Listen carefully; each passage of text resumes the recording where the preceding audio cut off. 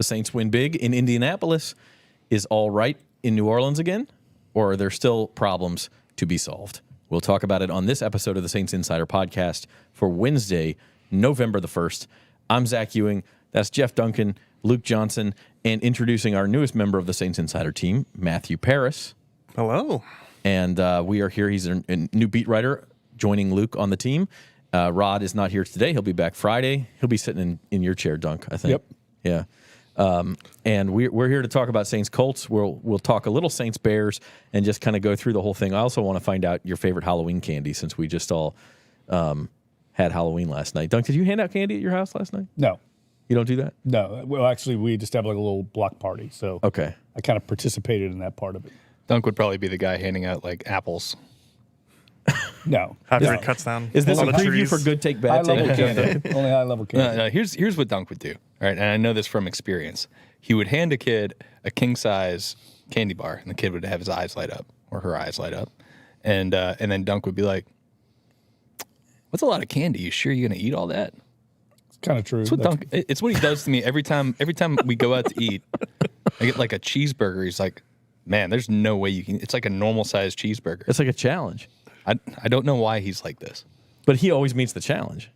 I always meet the challenge. Looking out for my colleagues and their health. That's the way I look at it. All right. Thank you, Jeff.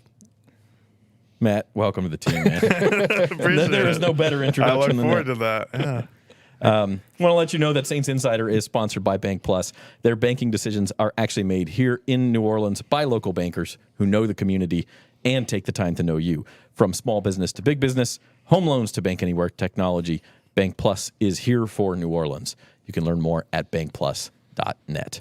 What did we learn about the Saints on Sunday? 511 yards of offense. Derek Carr looked great. The offensive line looked good. Where had that team been all year? Or is this just a Colts defense thing? I don't know. I think part of it is definitely the Colts defense. They came into that averaging, giving up 27.3 points per game. We talked about it last week as one of the worst marks in the NFL. They were also without one of their best corners. And the Saints took big advantage of that. I mean, Tony Brown was all over their highlight tape. So part of it was that, for sure. But I think this is also the team that we all kind of expected to see, at least some form of this throughout the season. That's why it was so frustrating those first 7 games of the year, because they kept showing glimpses of it and flashes of it, and then they get bogged down in the red zone, or they put together a nice drive and failed to convert a third down. It was just these kind of little things kind of getting in their way of being the team that we kind of expected them to be. And last week, maybe not 38 points is not something you can expect every week for sure, but the explosiveness, the running game, the passing game working together, Derek Carr using his weapons to his advantage. I think this is all stuff that we expected to see this year. Can they keep it up? We'll see. Yeah, all the highlights were the splash plays to Rashid downfield, but I actually came away after I watched the replay more encouraged by, like Luke said, the running game. They needed to get that on track. I mean, that's going to be a key element of their offense. It sets up the passing game, and I thought it was the best game they've had on the ground in a long time. And it wasn't just Kamara. I mean, Jamal Williams got in there, Kendre Miller, obviously Taysom Hill. That's big to me. The passing game, I'm a little dubious of because Tony Brown was awful. That guy's awful. I don't know how he's in the NFL. That Carr was like 8 of 8 for 170 yards or something. 7 of 7, yeah. But, I mean, they just exploited him. I mean, he was the guy that dove backward trying to tackle Taysom Hill on the 20-yard touchdown run. I mean, the guy's terrible. And they took advantage of it. I'll be surprised if he's in the lineup going forward. I mean, they can't afford that. Oh, the Colts tried out 5 defensive backs on Monday. Like, it was immediate. It was just like so I'm curious, Matt, from your perspective, because the Saints have now averaged 449 yards over their last 3 games, which they kind of gained this reputation as a team that couldn't move the ball. Then they started moving it, had red zone issues. Now they're moving it, and they scored touchdowns on Sunday. For those who don't know, Matt covered the Washington Commanders for the past 5 years, 6 years? 6, yeah. 6 years. And through the first part of this year, probably just started watching the Saints carefully the last couple of weeks. Yeah. So what was your impression going in versus what you've seen from them in those couple of weeks? Yeah, it was part of it was very familiar to me in that Washington was a very kind of good defensive team for a bit, quarterback struggles, and that was very familiar. Now seeing the Saints getting the ball rolling here, that's a little bit of new territory. That's fun to cover. I'm looking forward to that. But I think the creativity, that's not maybe a word that people would associate with maybe Pete Carmichael here, but I think the way that they were using Alvin Kamara more was at least more familiar to me, kind of like outside watching him kind of in his prime. He may be still in his prime, but seeing him on different types of option choice routes. Jeff, as you mentioned, the running game with Jamal Williams, it seems like they're finding their rhythm a little bit more of how and when they want to use these guys. Yeah, look, that angle route you mentioned, the Kamara scored on, I don't know where that's been. Had been in the package all season, or maybe they called it and they just never went to it. I think but that's huge. I think they've done a handful of those, but because it is a choice route, a lot of times they've run it. It's been either a stop for him or he's broken out to the sideline. They've kind of taken away the middle of the field. So it was encouraging, I think, to see him hit, because a lot of time when he hits the big ones on those choice routes, they're the angle routes. They're the ones cutting back into the middle of the field. We've seen him do that a million times in his career. For whatever reason, that part hasn't been there. I think maybe the first game is the first game he played this year was the last time I remember them hitting one of those. But if the Saints offense can start taking advantage of the middle of the field more, which is something we didn't see much out of them in the first 7 weeks of the season, I'll feel pretty good about them. And the crazy thing is they actually left yardage and points on the board. Chris Olave dropped a touchdown pass. They had a slant on a third down that Michael Thomas, the ball was a little bit behind him, probably share the blame with Carr there. Thomas usually catches that ball. Some other scenarios where they had penalties. I mean, it could have been even better, I think, is the most encouraging thing. And I also think, you mentioned Pete Carmichael and creativity. Look, we've criticized Pete on this show. Fans have roasted Pete. You got to give him some credit for that game plan, too, I think, when things are going well. Well, they exploited mismatches, right? I mean, that was a big thing that Alvin Kamara had said earlier in the year he'd like to see more of. But look, I had someone in the building last night say to me, don't get carried away. He still messed up a lot of stuff. Still got a long way to go. This was an opponent we should have beaten badly, and we should have beaten them worse. So I think that's fair. Let's see how it progresses going forward. But there were a lot of encouraging signs. And to Luke's point about the angle route over the middle, they used some motion there and were able to draw a linebacker away. So there's some things they're doing to help open up some of those things, which is very encouraging. I want to let you know that Ralph's Market cordially invites you to its Fall Wine Gala on Friday, November 3rd. That's this Friday at L'Auberge in Baton Rouge. Dress in your Great Gatsby best and sample 80 wines and hors d'oeuvres. It's the Ralph's Market Fall Wine Gala, November 3rd, this Friday. Get tickets now at ralphsag.com. This is the Saints Insider Podcast. Encourage you all to subscribe to the Saints Insider newsletter. Go to NOLA.com/Saints Insider for that. Or if you want to get access to all of our coverage, NOLA.com/subscribe.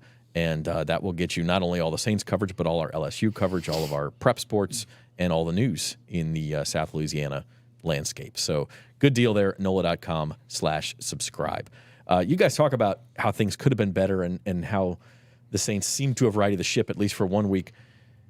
The trade deadline was yesterday in the NFL. Very quiet in New Orleans. There was a report from Ian Rappaport this morning that they were very close to trading for Hunter Renfrow, wide receiver from the Raiders, but they ended up not doing anything.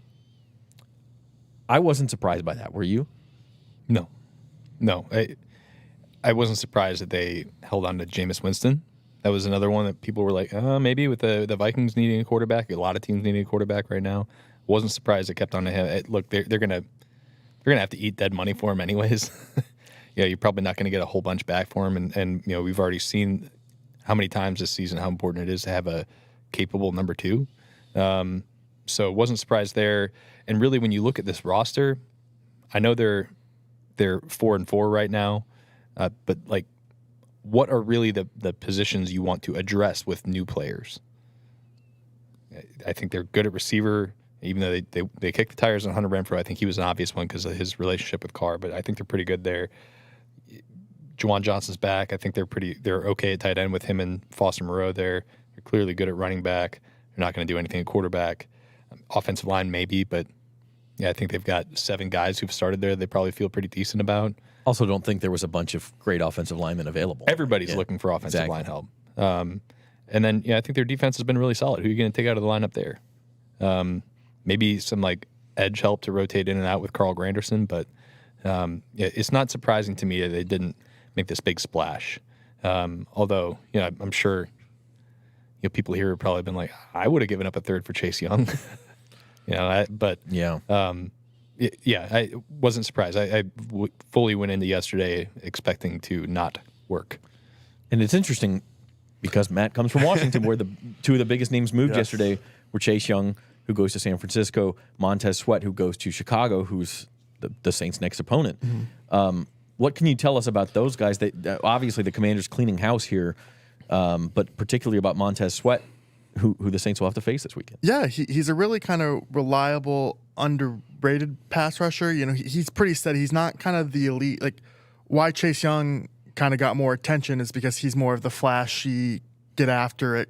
But, if you look at the stats, Montez Sweat has been more productive. Now, Chase Young has been injured for a lot of his career, so maybe that's why. But at the same time, I know Washington viewed Sweat as the more reliable one, and Chase Young, there were some, problems there.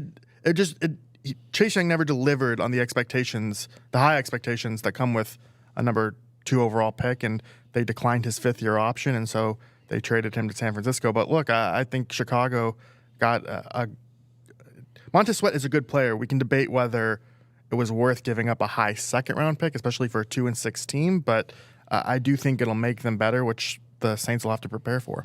And people should thank the Bears for making the deal, because apparently he was going to the Falcons. Yes. And Terry Fontenot almost had a deal worked out, and then the Bears came in and trumped them.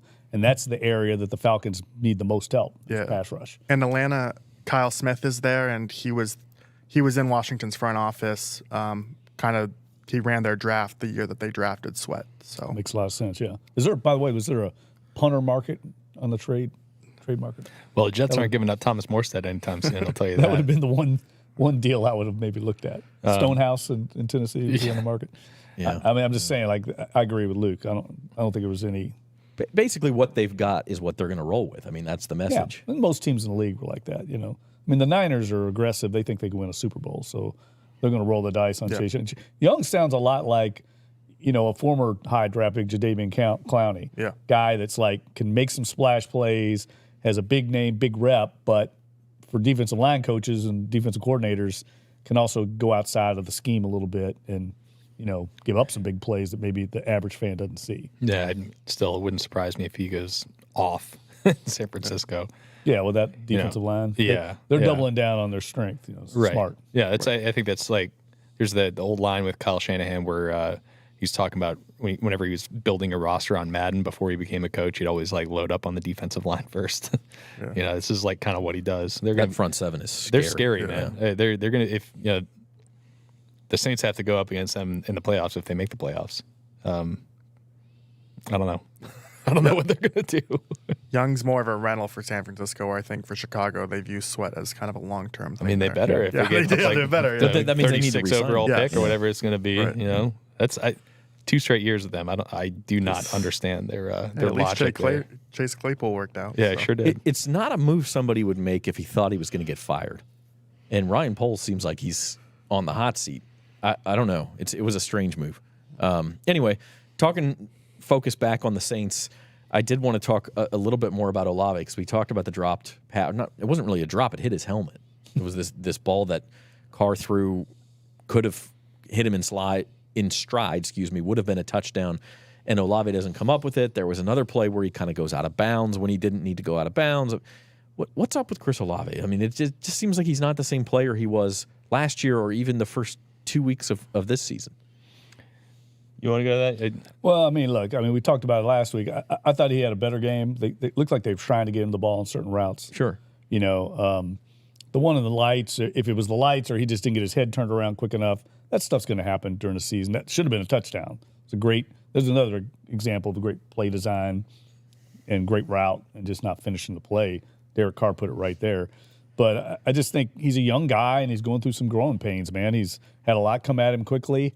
And, the Saints have one thing no one's talked about with him is the Saints have a very sophisticated offense. They do a lot. They put a lot on the plate of the receiver to make these reads and be on the same page as Derek Carr. And I think that's what we've seen is the breakdown between what he's seeing and what Carr is seeing.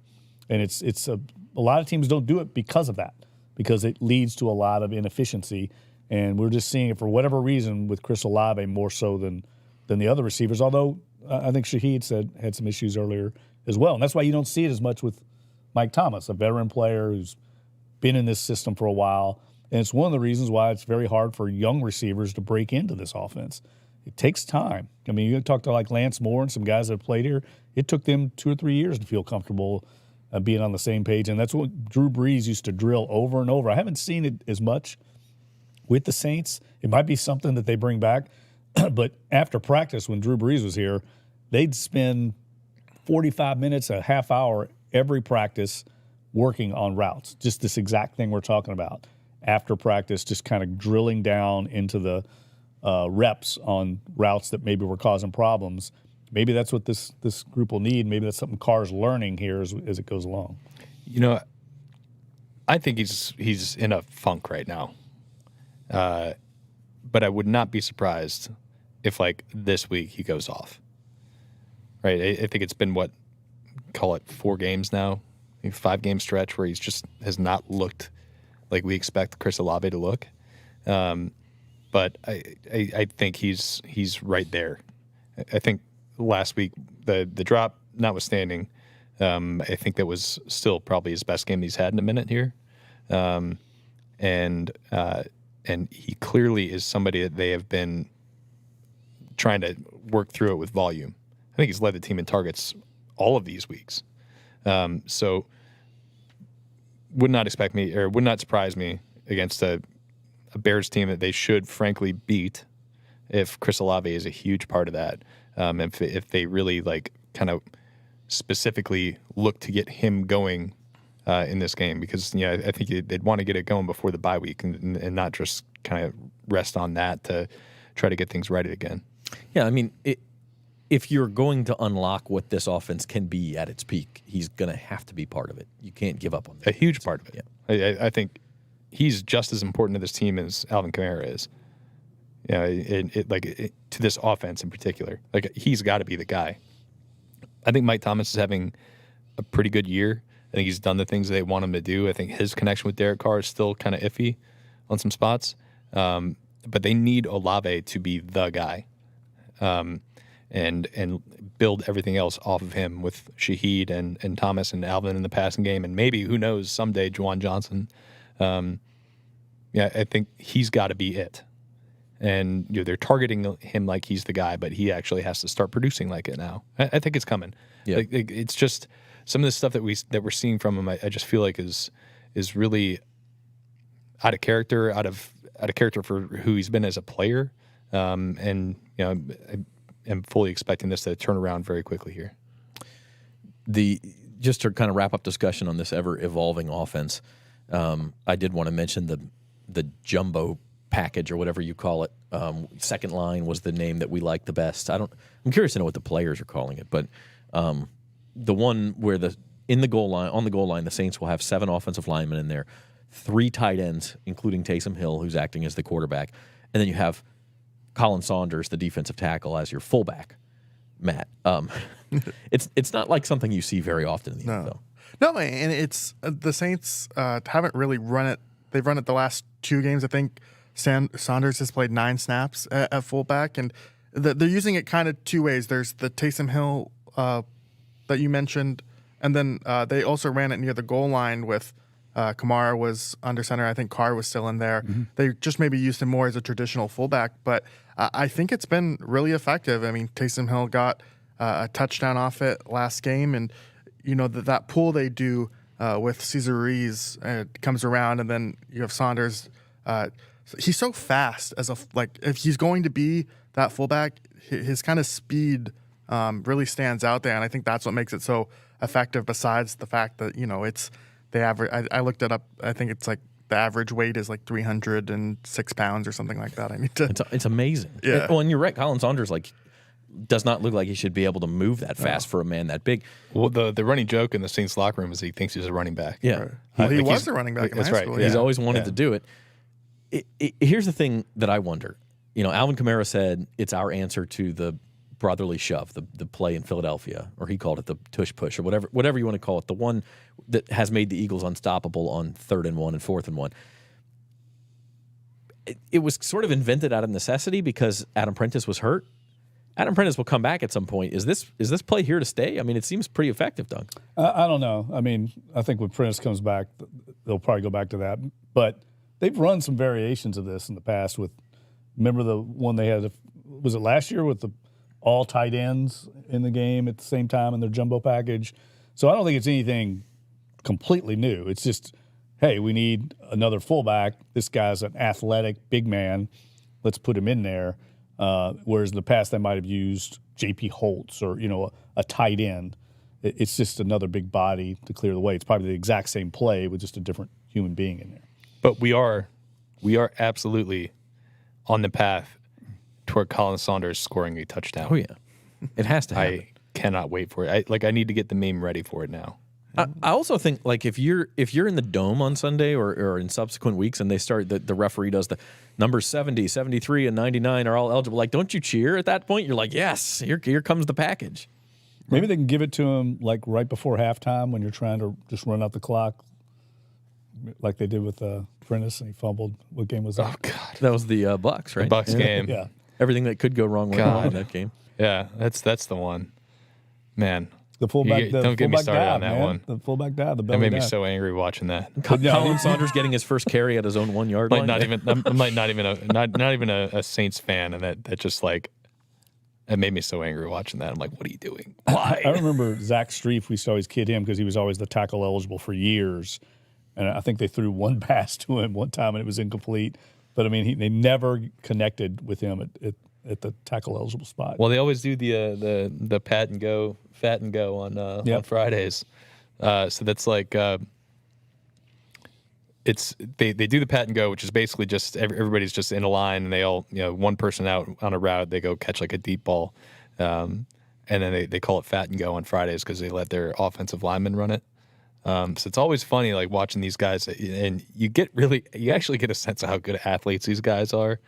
They're 300 pounds. They're moving. I mean, they're not sprinting. They're not all out sprinting. But I think I saw like James Hurst one day. And you're just like, oh man, they're athletes. All of these guys were the absolute best players on their high school football teams. Like, I don't care what position they were. That's just true across the board in the NFL. So, but Colin Saunders' primary position, defensive tackle. Look, and I don't make too much of it because I think we all think this defense is elite or borderline elite. But they have shown some warts over the last couple of weeks. Slow starts.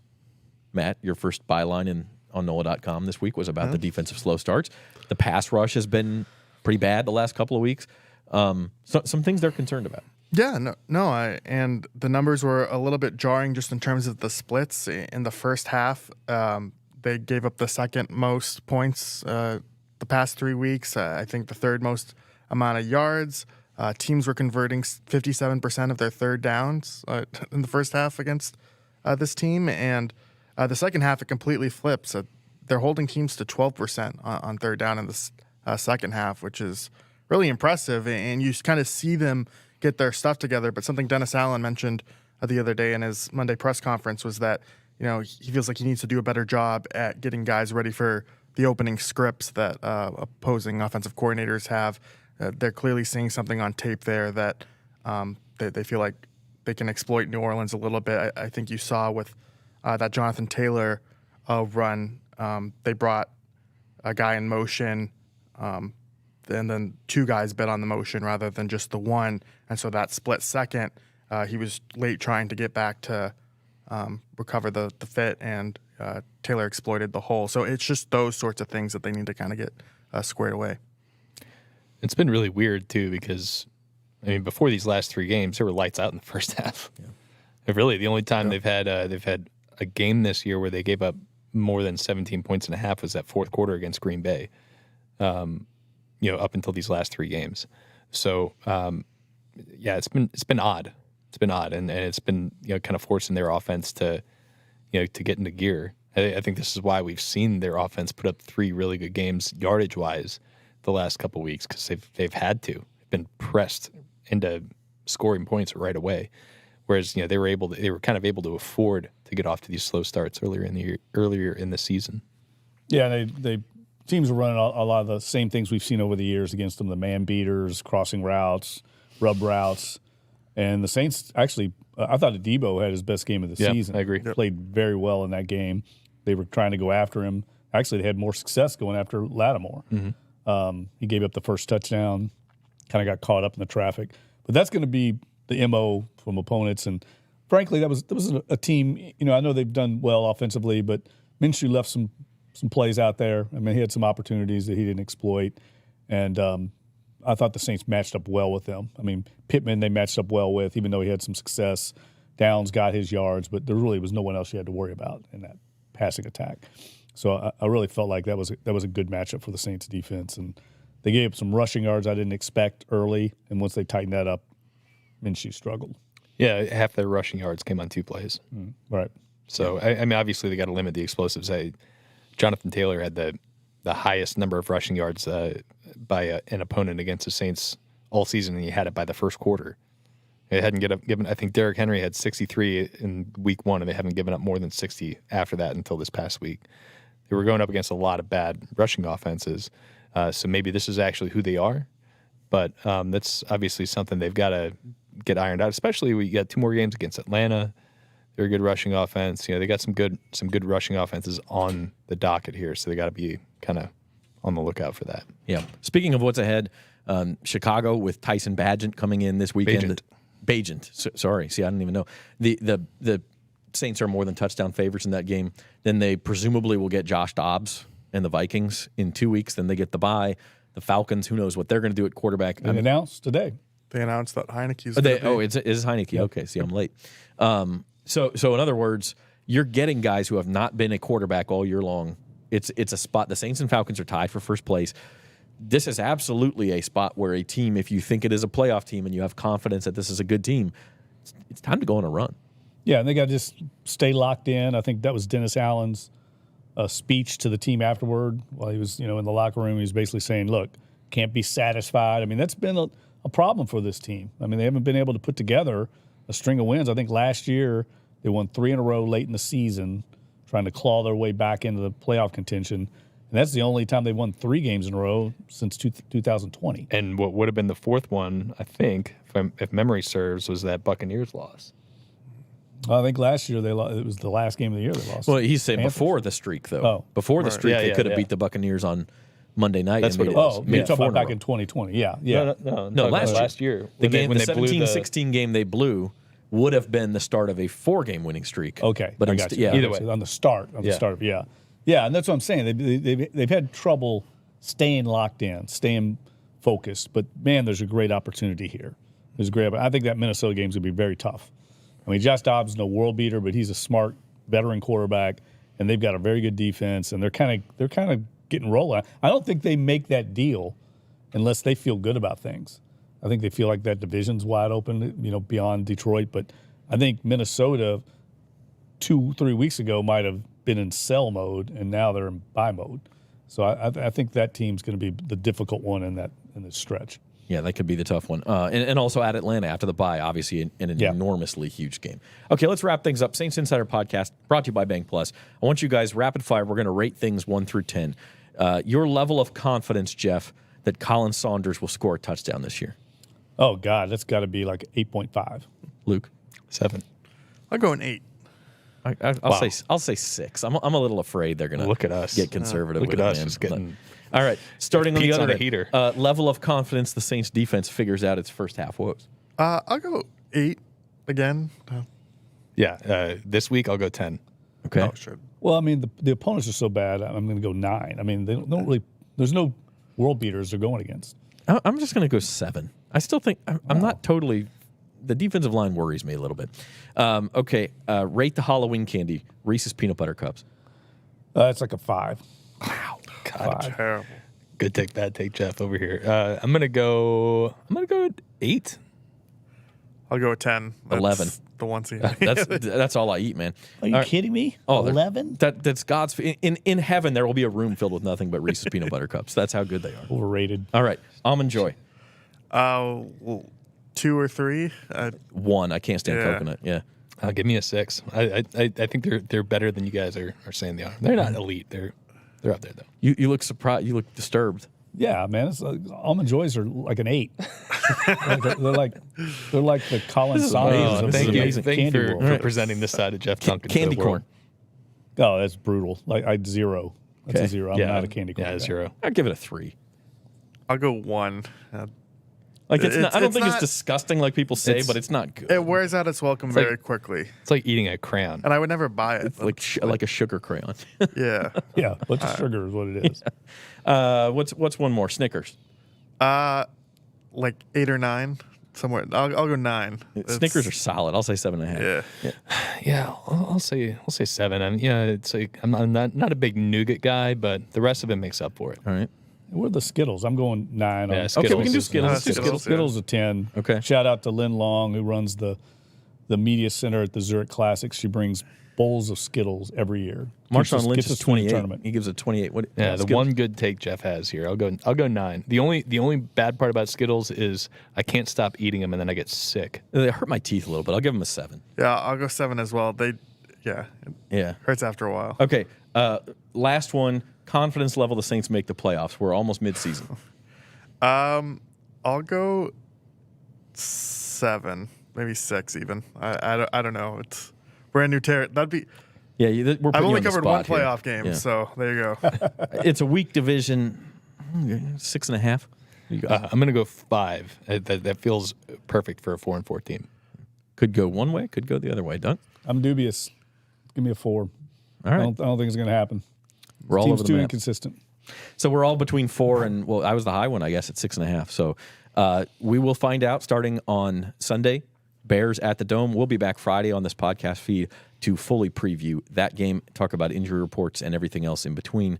Until then, for Matthew Paris, Luke Johnson, and Jeff Duncan, I'm Zach Ewing. Our guys behind the glass are Robert Young and Norman Bell. Thanks for watching the Saints Insider Podcast. We'll see you Friday.